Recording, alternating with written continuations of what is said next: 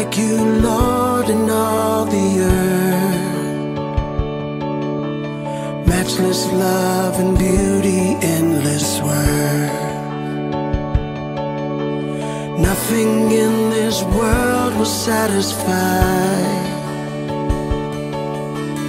Jesus, you're the cup that won't run dry.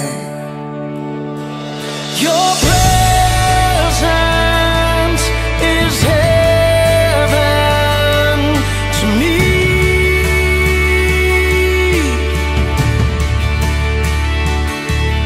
Your presence is heaven to me.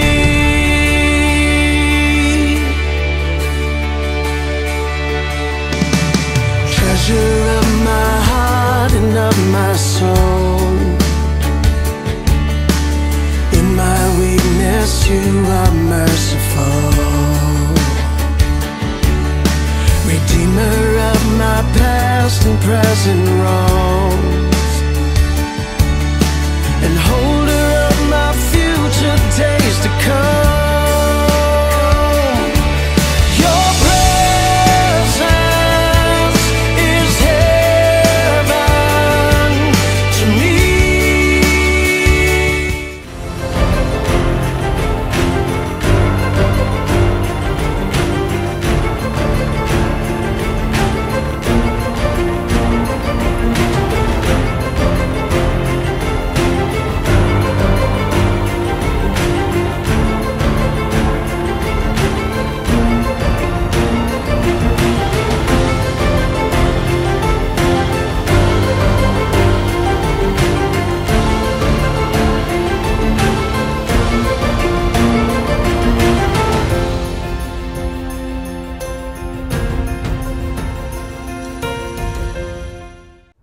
Shalom Rock Family Malaysia, selamat pagi. Kita bersyukur pagi hari ini kita ada di bulan terakhir di tahun 2020. Kita bersyukur buat pemeliharaan Tuhan atas setiap kehidupan kita. Saya menyambut bagi Bapak Ibu yang baru pertama kali beribadah bersama dengan kami Rock Family Malaysia. Sebelum kita mulaikan ibadah pagi hari ini, saya ingin menyampaikan beberapa pengumuman mengenai jadwal ibadah Natal dan Tahun Baru. Yang pertama, ibadah malam Natal tanggal 24 Desember 2020 akan dilaksanakan melalui aplikasi Zoom pada pukul 7 malam waktu Malaysia. Bapak Ibu dapat WhatsApp ke nomor yang tertera di layar untuk mendapatkan link ibadah. Yang kedua, ibadah Natal tanggal 25 Desember 2020 akan dilaksanakan melalui YouTube channel GBI Rock Malaysia. Tayang perdana pukul 10 pagi waktu Malaysia.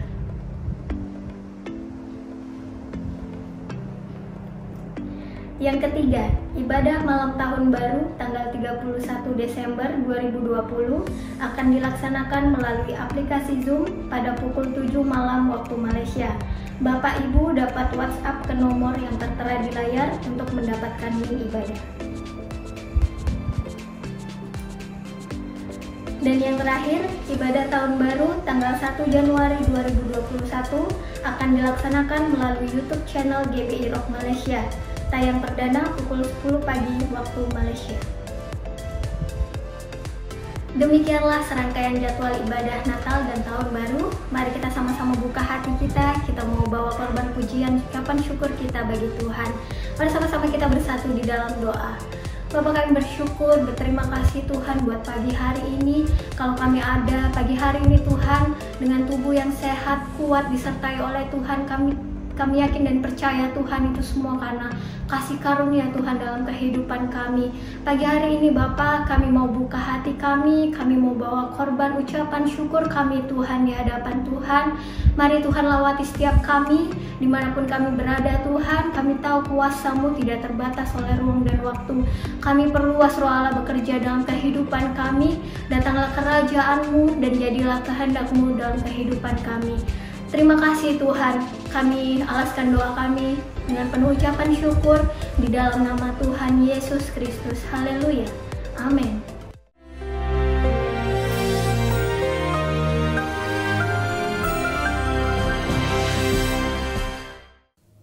Shalom semua warga kerajaan. Tanpa terasa kita berada di akhir daripada tahun ini. Tahun akademi tapi juga menuju revival. Dan seperti biasa, Tuhan itu caranya, metodenya sederhana, yaitu memakai seseorang.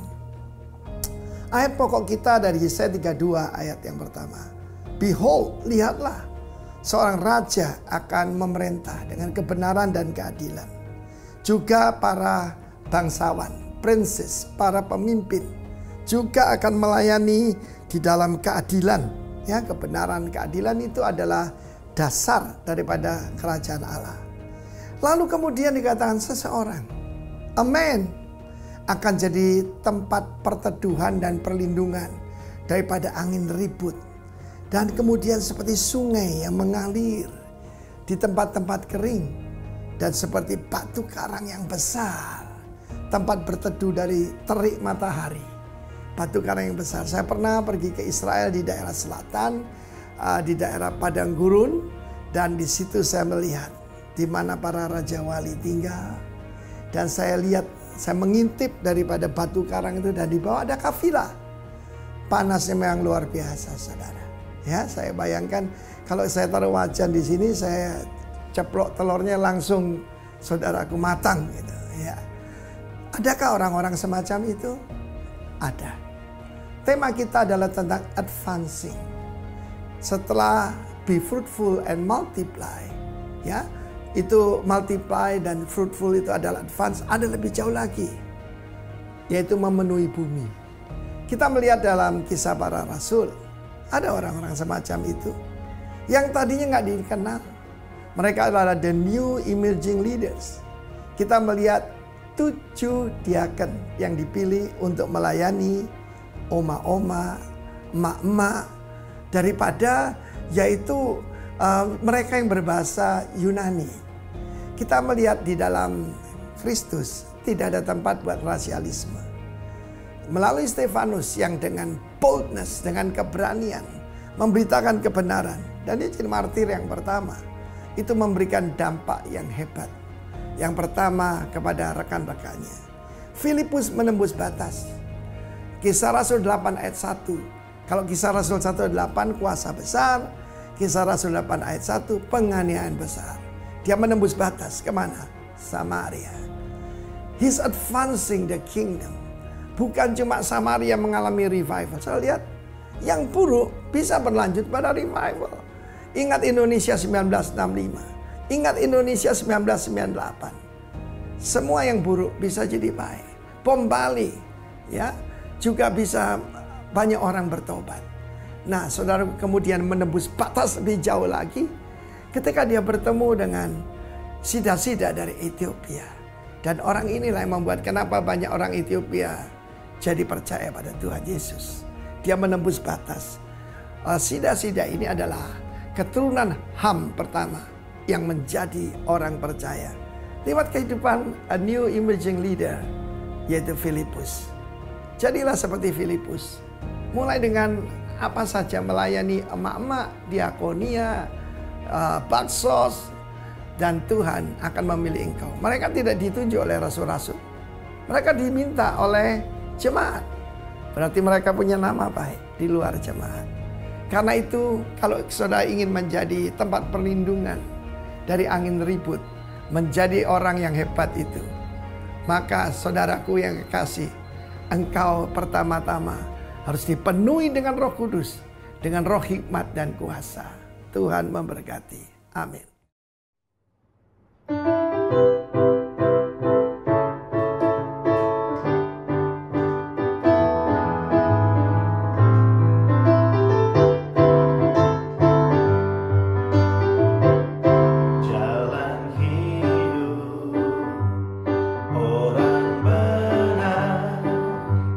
Diterangi oleh cahaya firman Tuhan.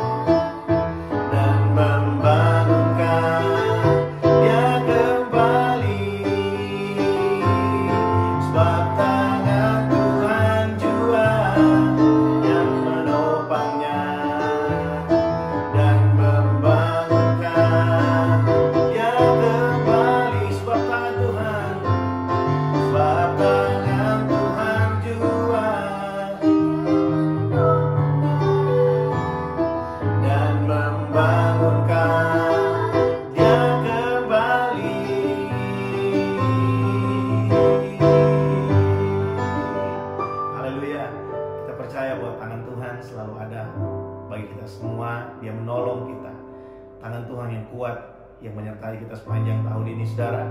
Kita ada di minggu yang pertama di bulan Desember, bulan yang terakhir di tahun ini. Luar biasa pemeliharaan Tuhan bagi setiap kita.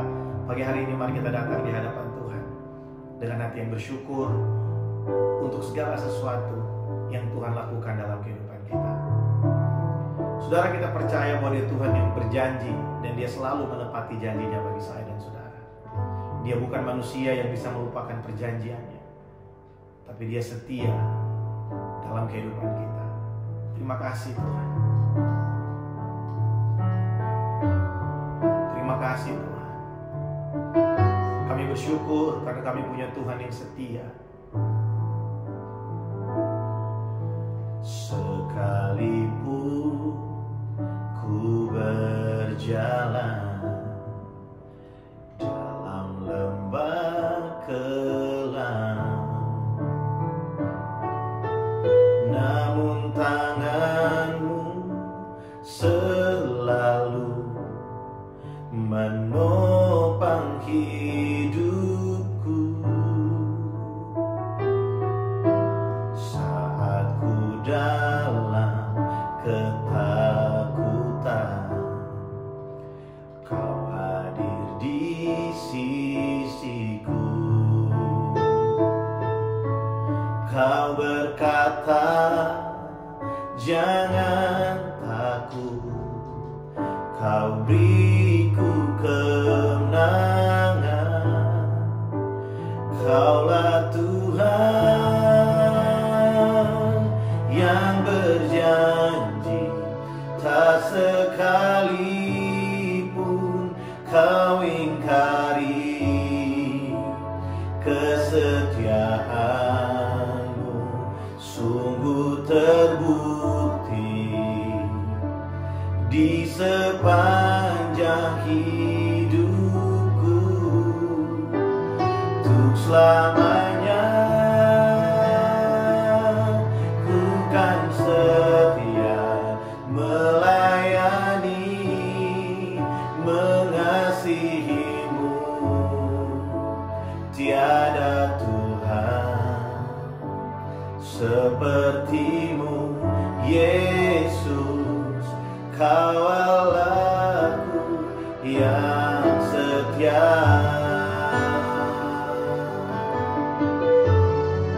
Kau setia bagi kami Tuhan. Terima kasih Tuhan. Sekalipun ku berjalan dalam lembah kelam, namun tangan-Mu selalu menopang hidupku.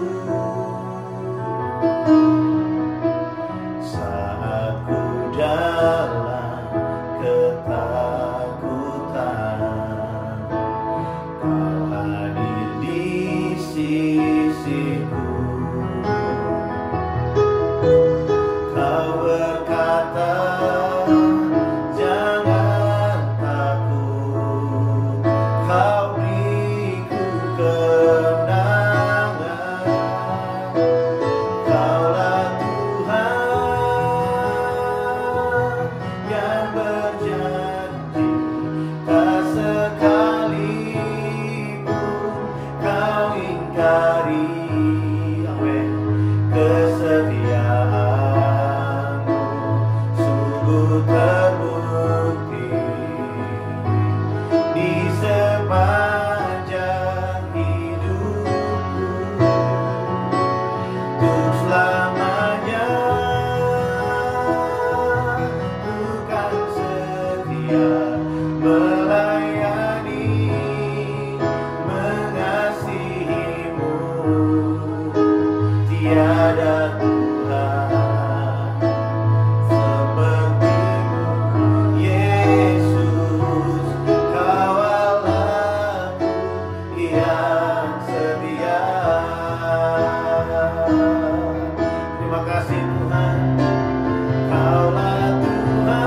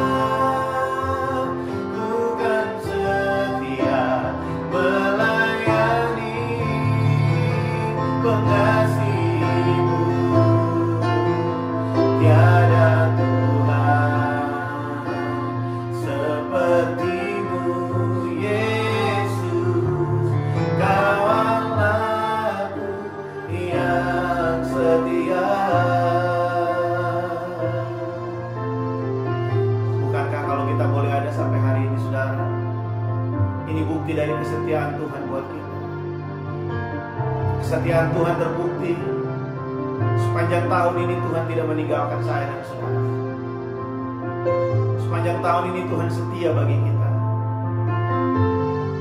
Kita melewati begitu banyak keadaan-keadaan sulit tahun ini. Kita melewati begitu banyak hal yang kita pikir kita mungkin gak sanggup untuk bisa melewatinya. Tapi kalau pagi hari ini saudara boleh ada, bukankah semua ini karena kesetiaan Tuhan saudara? Oleh sebab itu pagi hari ini mari kita datang bawa korban syukur, ucapan syukur kita untuk segala perbuatan Tuhan, untuk kesetiaan Tuhan. Saudara boleh buka kedua tanganmu pagi hari ini dan mari kita bersyukur. Terima kasih Tuhan. Terima kasih. Kami bersyukur. Kesetiaan-Mu telah terbukti bagi kami. Engkau Tuhan yang berjanji dan menepati perjanjian-Mu. Terima kasih. Kami bersyukur.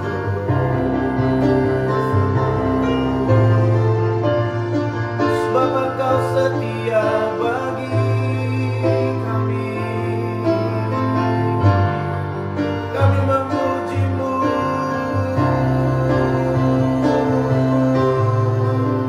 Kami menyembah-Mu.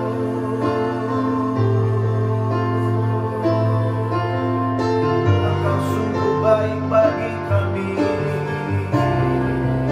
Terima kasih Tuhan, terima kasih. Haleluya. Glory bagi nama-Mu. Sebab itu kami menyembah, sebab itu kami memuji-Mu. Terima kasih.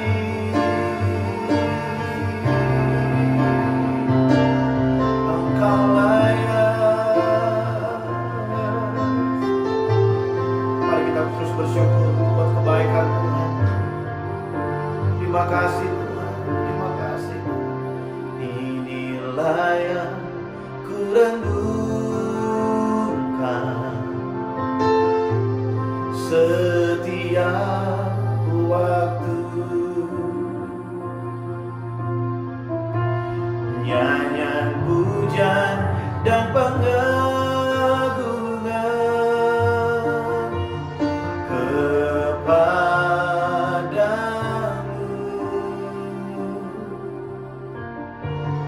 Biarlah manis kau dengar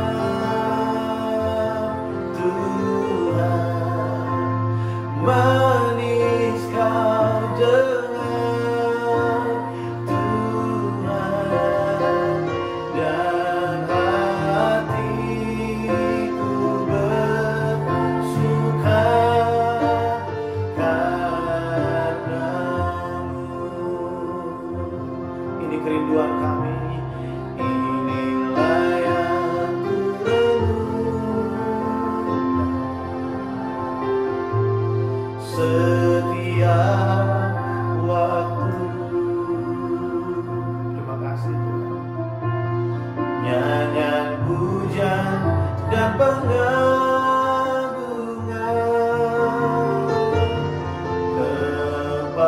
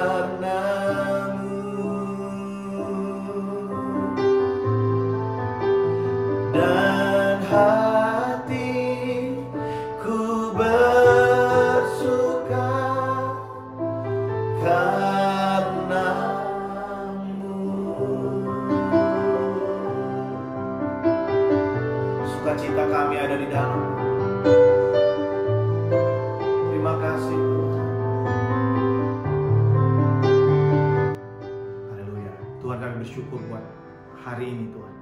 Kami ada di minggu yang pertama di bulan Desember. Kami bersyukur karena kasih setia Tuhan menolong kami sampai hari ini. Kalau kami boleh ada sampai hari ini, kami tahu ini adalah bukti dari kasih setiamu, kesetiaan Tuhan bagi setiap kami. Sungguh terbukti Tuhan, Kau Allah yang setia, yang memegang perjanjian-Mu pada setiap kami, anak-anak. Pagi hari ini kami membuka hati kami bagi kebenaran firman-Mu. Mari Tuhan berbicara buat setiap kami. Kuatkan kami yang lemah, pulihkan kami yang terluka Tuhan. Bangkitkan setiap kepercayaan kami. Mungkin di antara umat-Mu pagi hari ini, ada di antara kami yang sedang meragukan Engkau, sedang meragukan Tuhan. Mari Roh Kudus berbicara buat setiap kami melalui firman-Mu pagi hari ini. Kuatkan setiap kami Tuhan, karena kami tahu firman-Mu hidup, firman-Mu berkuasa dalam kehidupan kami. Kami siap untuk firman-Mu pagi hari ini. Kami tidak mau terdistract dengan segala sosial media kami. Kami mau fokus hati kami untuk kami diberkati oleh firman-Mu, mendengarkan suara-Mu. Dalam nama Yesus kami berdoa. Amin. Haleluya. Saudara, kita bersyukur buat kebaikan Tuhan. Tidak terasa kita sudah ada di hari Minggu yang pertama di bulan yang terakhir di tahun ini. Kalau kita merenungkan saudara sepanjang tahun ini, ada banyak hal yang sudah kita lewati bersama-sama dengan Tuhan. Ada banyak orang yang bilang tahun 2020 ini hanya Januari sampai dengan Maret aja ya. Sisanya itu Corona sampai akhir tahun. Tapi saya yakin dan percaya di tengah-tengah situasi yang tidak baik sekalipun, anak-anak Tuhan selalu terpelihara sempurna karena Bapa kita adalah Bapa yang setia. Amin saudara. Saudara, bulan ini kita ada dalam tema yang baru ya, yang akan menolong kita untuk kita terus diperlengkapi sebagai anak-anak Allah di tengah-tengah dunia ini. Pagi hari ini saya ingin menguatkan setiap kita, saya ingin bercerita kepada saudara dari kehidupan Abraham, bagaimana Tuhan yang berjanji, Tuhan yang berjanji kepada Abraham, dan Tuhan tidak pernah gagal dalam menepati perjanjiannya. Saya dan saudara hari ini adalah keturunan Abraham. Secara rohani kita adalah anak-anak yang dilahirkan kembali, bukan dari darah dan daging, bukan dari keinginan manusia, tapi kita dilahirkan kembali dari firman Allah. Kita dilahirkan kembali oleh firman-Nya.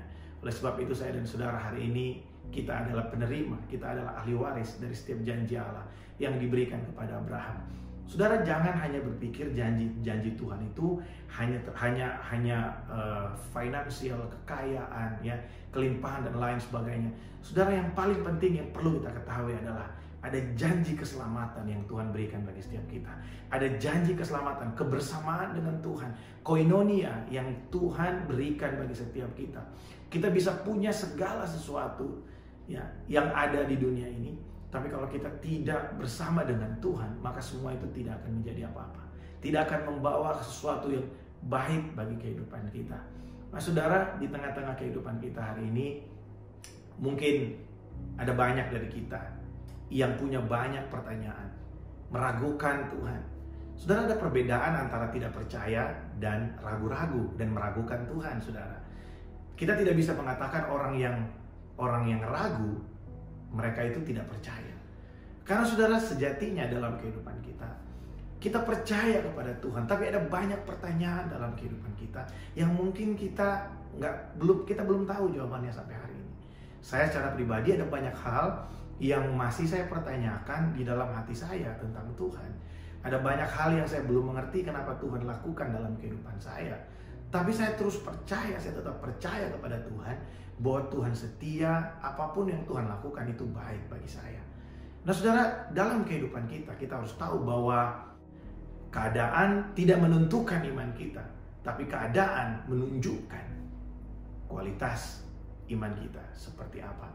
Beberapa waktu yang lalu, seorang pemimpin di gereja kita, Bapak Pendeta Frankie Utana, pernah menulis, ya, persoalan datang bukan untuk kita tengking, tapi persoalan datang untuk menunjukkan seberapa besar iman kita. Ya, kesulitan datang bukan untuk kita tengking, tapi kesulitan datang untuk kita bisa melihat seberapa besar iman kita. Saudara, kalau kita hari ini ada di tengah-tengah mungkin pergumulan dalam kehidupan saudara, mari saudara, kita lihat apakah selama ini kita membangun kehidupan kita di atas dasar firman Tuhan, atau mungkin kita hanya berdasarkan perasaan-perasaan kita. Karena firman Tuhan itu hidup, saudara. Dia menguatkan kehidupan kita. Saudara, saya selalu merenungkan ini. Dari bulan Maret, ya, ketika pandemi mulai terjadi, mungkin Ya saya secara pribadi merasa pada saat itu, wah ini mungkin gak akan lama, paling 1-2 bulan.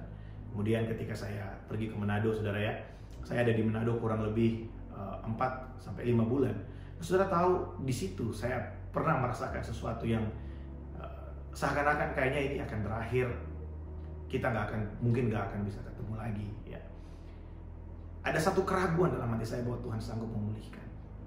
Ada satu rasa takut dalam hati saya bahwa jangan-jangan saya udah gak bisa balik lagi ke Malaysia. Pada saat itu saya merencanakan pernikahan. Jujur saya khawatir, jangan-jangan saya nggak bisa melangsungkan pernikahan di tahun ini. Tapi saudara, ketika waktu berlalu, Tuhan menolong saya, sehingga saya punya satu kemampuan untuk percaya, melihat bahwa Tuhan itu setia dalam segala perjanjiannya dalam kehidupan saya. Saya juga yakin dan percaya setiap kita pasti mengalami hal yang sama. Keadaan itu jangan sampai menentukan iman kita, tapi keadaan itu harus menjadi sesuatu yang menunjukkan kualitas iman kita. Saya berdoa supaya setiap kita di tengah-tengah situasi yang sulit, kita bisa melihat bahwa ternyata benar selama ini kita berdiri di atas dasar yang teguh. Karena ada banyak orang yang berusaha untuk memiliki iman yang besar. Saudara, bicara tentang iman, sebenarnya iman yang besar, sebesar apapun keyakinan kita, tapi kalau kita percaya kepada sesuatu yang salah, maka itu nggak akan membawa dampak apa-apa. Tapi sekalipun iman kita kecil, sebesar biji sesawi, kalau kita percaya kepada pribadi yang benar, kita percaya kepada kebenaran, itu akan mengubahkan kehidupan kita. Kalau kita percaya kepada kepercayaan yang salah, kita bersandar kepada kepercayaan yang salah, maka itu tidak akan membawa apa-apa buat kita. Sekalipun kita bilang kita percaya banget, tapi kalau kepercayaan kita berdasarkan sesuatu yang tidak benar, maka tidak akan menjadi apa-apa, saudara. Tapi Yesus berkata, sekalipun imanmu sebesar biji sesawi, kalau engkau tidak goyah, engkau berpegang pada kebenaran, engkau tahu kepada siapa engkau percaya, itu akan mengubahkan kehidupanmu. Yang percaya katakan amin. Amin, saudara. Mari sama-sama katakan. Mari sama-sama katakan dengan saya pagi hari ini. Keadaan tidak menentukan iman saya. Keadaan menunjukkan kualitas iman saya. Boleh sekali lagi? Keadaan tidak mempengaruhi, tidak menentukan iman saya. Keadaan menunjukkan kualitas iman saya. Wow, saudara. Jadi apapun yang terjadi di sekeliling kita, saudara nggak usah takut. Kalau saudara percaya kepada Tuhan, saudara punya keyakinan bukan kepada apa yang ada di luar saudara. Saudara percaya kepada Tuhan yang menyertai saudara. Saudara percaya kepada kebenaran. Saudara hidup di atas kebenaran firman Tuhan. Itu akan mengubahkan kehidupanmu. Sekalipun orang-orang di sekeliling kita, sekalipun dunia mengalami sesuatu yang tidak baik, anak-anak Tuhan akan selalu melihat pertolongan dan perlindungan dari Bapa kita. Yang percaya katakan amin. Nah, saudara, pagi hari ini kita akan belajar dari Abraham. Saudara, kita melihat dalam kitab Kejadian, Abraham dipanggil Tuhan keluar dari tanah tempat dia tinggal, dari Ur Kasdim. Mulai dari Kejadian pasal yang ke-12, di sana diceritakan bagaimana Allah memanggil Abraham dan Allah berjanji bahwa Abraham akan punya keturunan yang banyak, dan Abraham akan pada saat itu mendiami satu tempat tanah perjanjian yang dipersiapkan Tuhan bagi dia dan keturunannya. Apakah Abraham sudah memiliki anak? Belum. Ya, bahkan Abraham pada saat itu dan Sarah istrinya telah lanjut usia, saudara. Sudah tidak mungkin secara biologis untuk mereka memiliki keturunan. Kemudian dalam Kejadian pasal yang ke-15, Allah berjanji kepada Abraham tentang keturunannya. Allah berjanji bahwa keturunanmu akan menjadi bangsa yang besar. Keturunanmu akan seperti bintang di langit dan pasir di laut. Engkau akan menjadi bangsa yang besar, saudara. Tuhan berjanji kepada Abraham, ya. Kejadian pasal yang ke-15 ayat yang pertama sampai dengan ayat yang ke-6 saya bacakan buat setiap kita. Kemudian datanglah firman Tuhan kepada Abram dalam suatu penglihatan, janganlah takut Abram, akulah perisaimu, upahmu akan sangat besar. Abraham menjawab, ya Tuhan Allah, apakah yang akan engkau berikan kepadaku? Karena aku akan meninggal dengan tidak mempunyai anak, dan yang akan mewarisi rumahku ialah Eliezer orang Damsik itu. Lalu kata Abraham, engkau tidak memberikan kepadaku keturunan, sehingga seorang hambaku nanti menjadi ahli warisku. Tetapi datanglah firman Tuhan kepadanya demikian, orang ini tidak akan menjadi ahli warismu, melainkan anak kandungmu, dialah yang akan menjadi ahli warismu. Lalu Tuhan membawa Abraham keluar serta berfirman, coba lihat ke langit, hitunglah bintang-bintang, jika engkau dapat menghitungnya. Maka firman-Nya kepadanya, demikianlah banyaknya nanti keturunanmu. Lalu percayalah Abraham kepada Tuhan, maka Tuhan memperhitungkan hal itu kepadanya sebagai kebenaran. Saudara melihat ketika Abraham ragu, Tuhan berkata kepada Abraham, coba keluar, lihat bintang-bintang, kalau engkau dapat menghitungnya, begitulah nanti keturunanmu. Saudara, kita mengenal Abraham sebagai bapa orang beriman.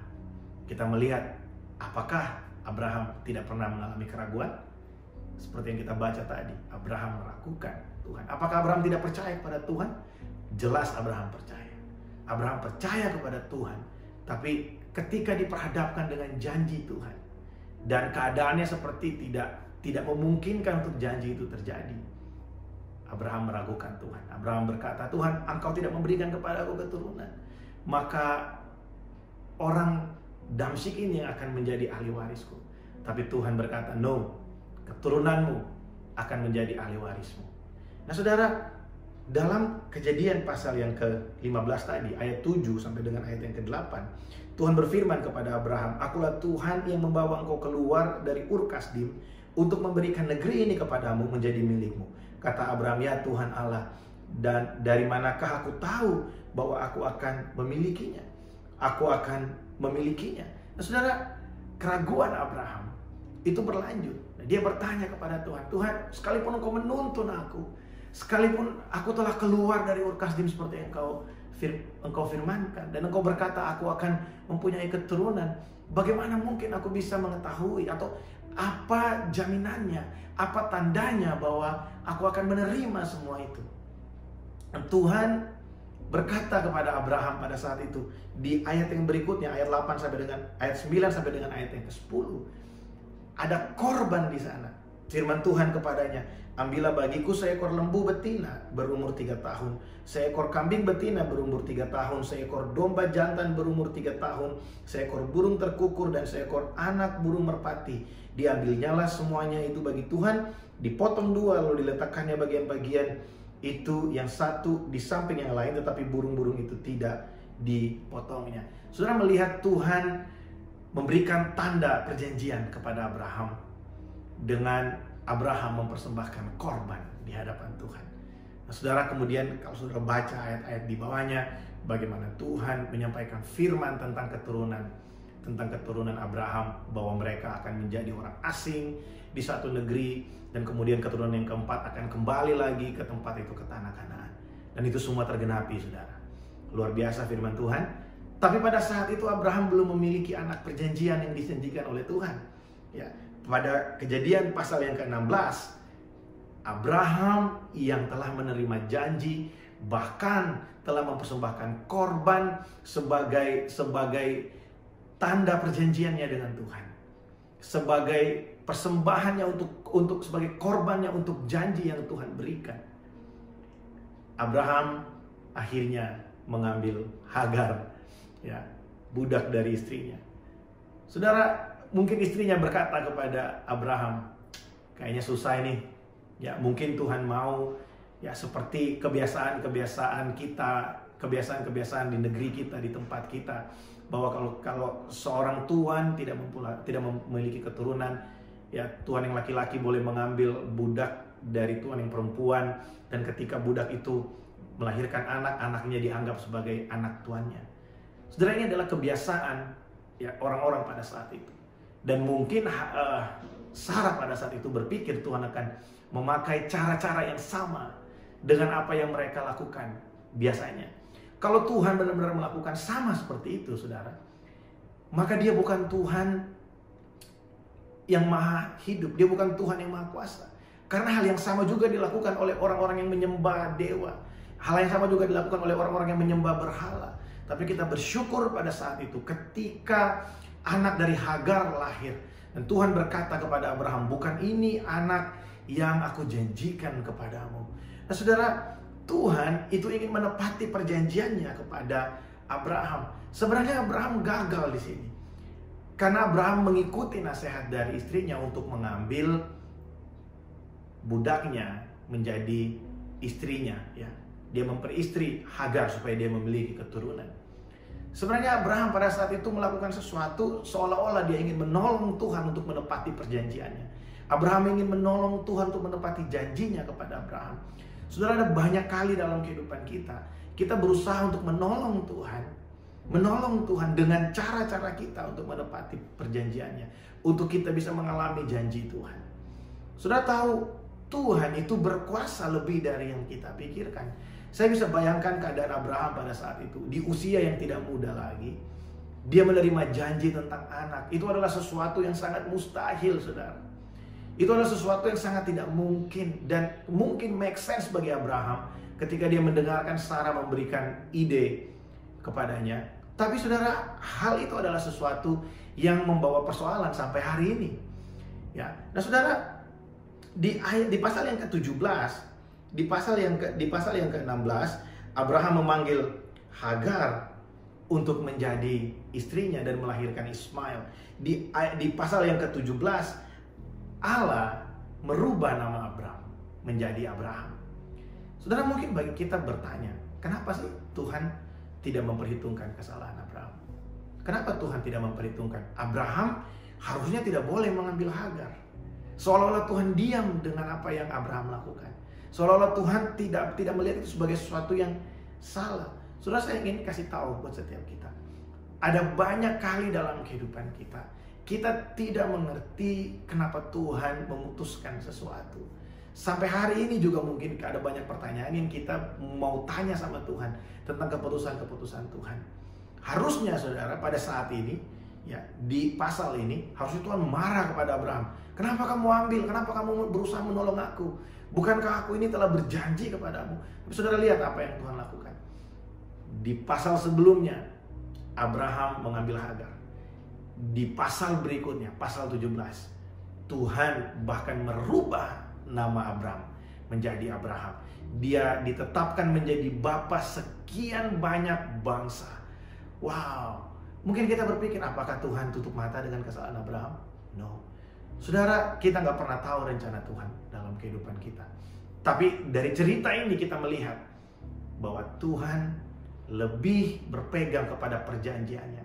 Kegagalan Abraham tidak bisa menggagalkan janji Tuhan. Apakah kegagalan Abraham memegang perjanjian membuat Tuhan membatalkan perjanjiannya? Tidak. Apakah karena Abraham pada saat itu mengambil Hagar sebagai istrinya, kemudian Tuhan batal terhadap perjanjiannya? Sekali-kali tidak. Tuhan tetap berpegang kepada perjanjiannya. Saudara, saya mau kasih tahu, sekalipun mungkin kita melakukan kesalahan, sekalipun mungkin karena keadaan yang berat, karena kesulitan hidup, kita akhirnya melakukan sesuatu yang kita tahu mungkin Tuhan tidak berkenan. Waktu kita datang di hadapannya dengan terbuka, waktu kita datang mengakui di hadapan Tuhan, saudara, Tuhan lebih mengasihi kita. Tuhan lebih menginginkan pertobatan kita daripada menginginkan untuk kita dibinasakan. Saudara, percayalah, Tuhan lebih rindu supaya kita datang berbalik kepadanya daripada Tuhan merindukan untuk kita dibinasakan. Saudara, ini adalah satu pernyataan Tuhan bagi setiap kita.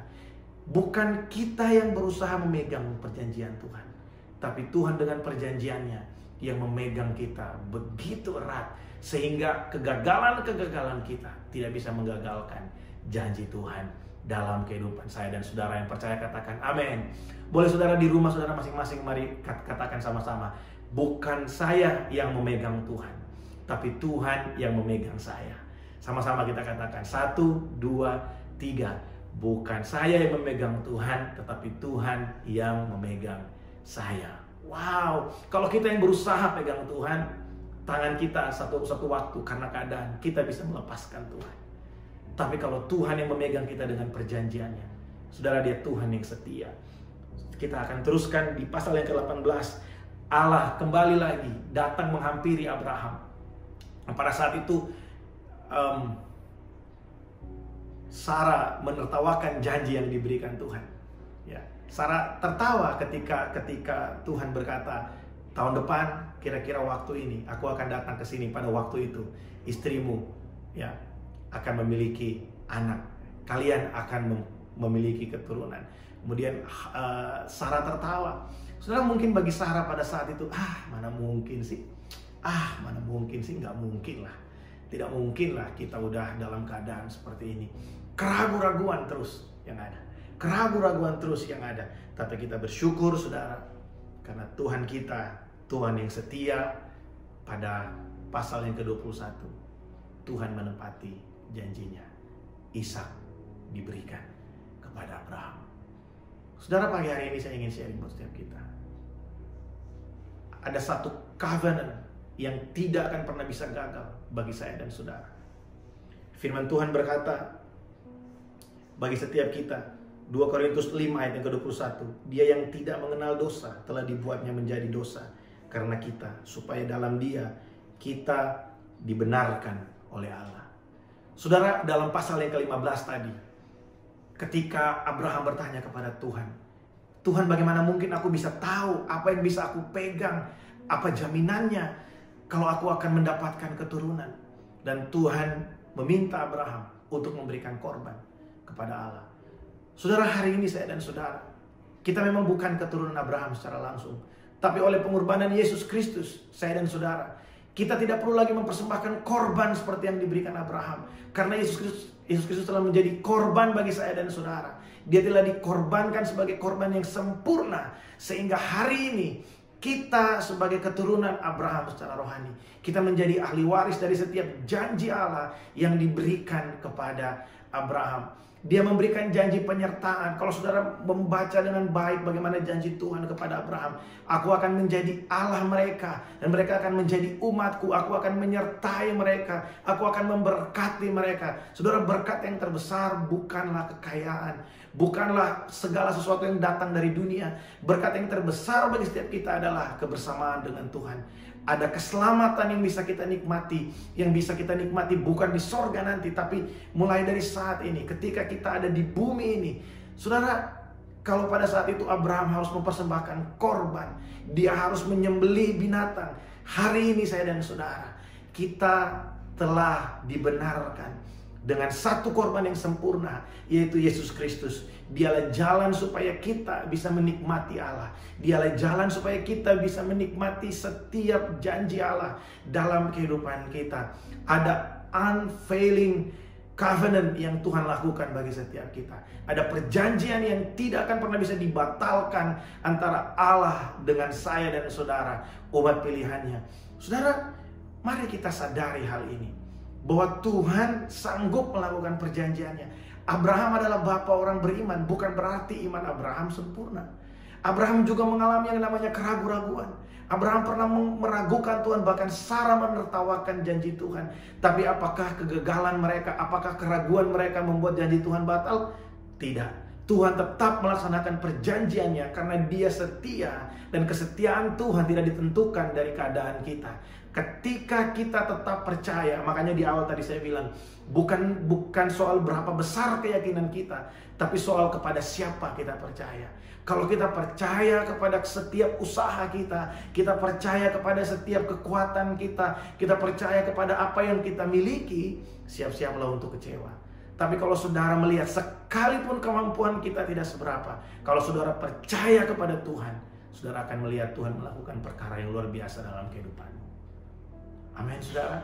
Hari ini kita nggak perlu memberikan korban seperti Abraham, karena Yesus telah menjadi korban bagi kita. Dia telah menjadi pendamai antara kita dengan Allah, sehingga kita dibenarkan. Saya bersyukur sekali karena Tuhan setia dalam perjanjiannya buat setiap kita. Mungkin hari ini saudara sedang mengalami keraguan-raguan. Ada keraguan dalam kehidupanmu. Ada keraguan tentang masa depanmu. Ada keraguan tentang hari depanmu, tentang pekerjaanmu, tentang keluargamu, tentang anak-anakmu. Dengarkan baik saudara, kalau Tuhan bersama dengan engkau, coba cek hari ini kepada siapa engkau percaya. Apakah engkau percaya kepada kemampuanmu? Apakah engkau percaya kepada dirimu sendiri? Kalau engkau percaya kepada Tuhan, engkau tidak akan pernah dikecewakan. Saudara, Abraham menanti begitu lama, bahkan Abraham sempat mengalami kegagalan. Tapi kita melihat bersama bagaimana Tuhan menjadikan Abraham bapa sekian banyak bangsa. Dan juga dikatakan Bapa adalah Bapa orang beriman. Abraham adalah Bapa orang beriman. Saudara, hari ini di minggu yang pertama kita akan bersekutu dengan tubuh dan darah Yesus. Saya beberapa kali mengulangi ini. Perjamuan kudus bukan hanya satu sakramen biasa. Karena firman Tuhan berkata, perbuatlah ini setiap kali kamu melakukannya menjadi peringatan akan aku. Setiap kali saudara memakan roti dan meminum anggur, saudara sedang bersekutu dengan tubuh dan darah Yesus. Saudara bukan sedang melakukan kegiatan agamawi biasa, tapi kita sedang merayakan, memperingati bagaimana Yesus Kristus menjadi korban pendamaian, menjadi korban yang menjadi satu jaminan bagi kita bahwa Tuhan berkenan atas kita. 1 Petrus pasal yang pertama ayat yang kelima dalam terjemahan sederhana bahasa Indonesia dikatakan seperti ini. Karena kalian sudah percaya kepada Yesus, maka Allah dengan kuasanya yang besar terus menjaga kalian sampai kalian mencapai keselamatan yang sudah Allah sediakan bagi kita dan yang sudah siap dinyatakan kepada kita pada hari terakhir. Saudara, Allah dengan kuasanya yang besar terus menjaga kita. Karena Yesus mati bagi kita, maka ada satu jaminan bagi kita. Nah, apa jaminan itu? Efesus 1 ayat yang keempat berkata, dan Roh Kudus itu adalah jaminan bagian kita sampai kita memperoleh seluruhnya, yaitu penebusan yang menjadikan kita milik Allah untuk memuji kemuliaannya. Yesus mati bagi saya dan saudara, sehingga kita hari ini bisa menikmati Allah dalam kehidupan kita. Ada jaminan dalam kehidupan kita. Ada Roh Kudus yang diberikan sebagai jaminan. Saudara tahu Roh Kudus, dia menolong kita. Dalam 1 Petrus pasal yang pertama ayat yang kelima tadi, Allah dengan kuasanya yang besar, melalui Allah Roh Kudus menjagai kita. Sekalipun kita mengalami keraguan, sekalipun kita mengalami banyak tantangan, tapi ada kuasa Allah yang sempurna yang menjagai saya dan saudara, yang menolong saya dan saudara di situasi-situasi yang genting.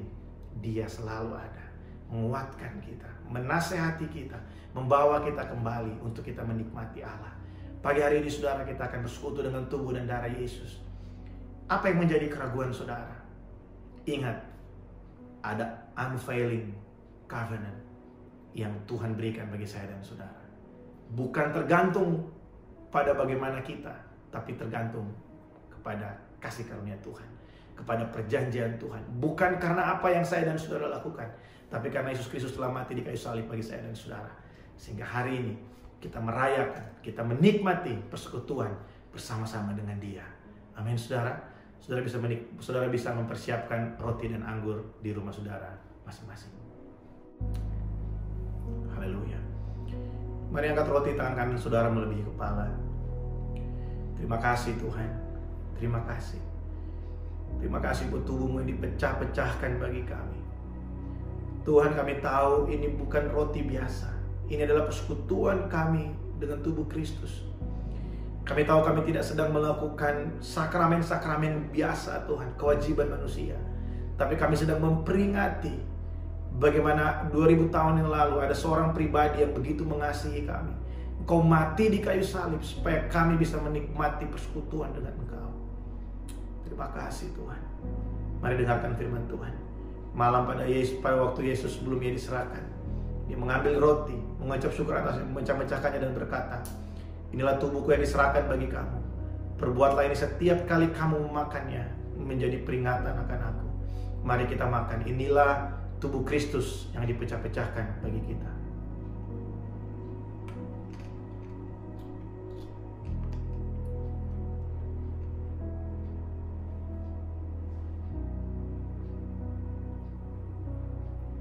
Terima kasih Tuhan, terima kasih. Mari angkat cawan anggur tangan kanan saudara melebihi kepala. Terima kasih Tuhan. Dengarkanlah firman Tuhan. Demikian juga Yesus mengambil anggur, cawan anggur. Yesus melayani murid-muridnya dan berkata, cawan ini adalah perjanjian baru yang dimeteraikan oleh darahku. Perbuatlah ini setiap kali kamu meminumnya menjadi peringatan akan aku. Mari kita minum. Inilah darah Kristus yang dicurahkan bagi setiap kita.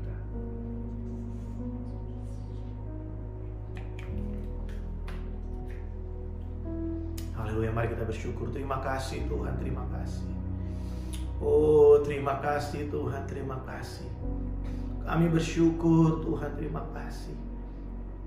Terima kasih Tuhan, terima kasih.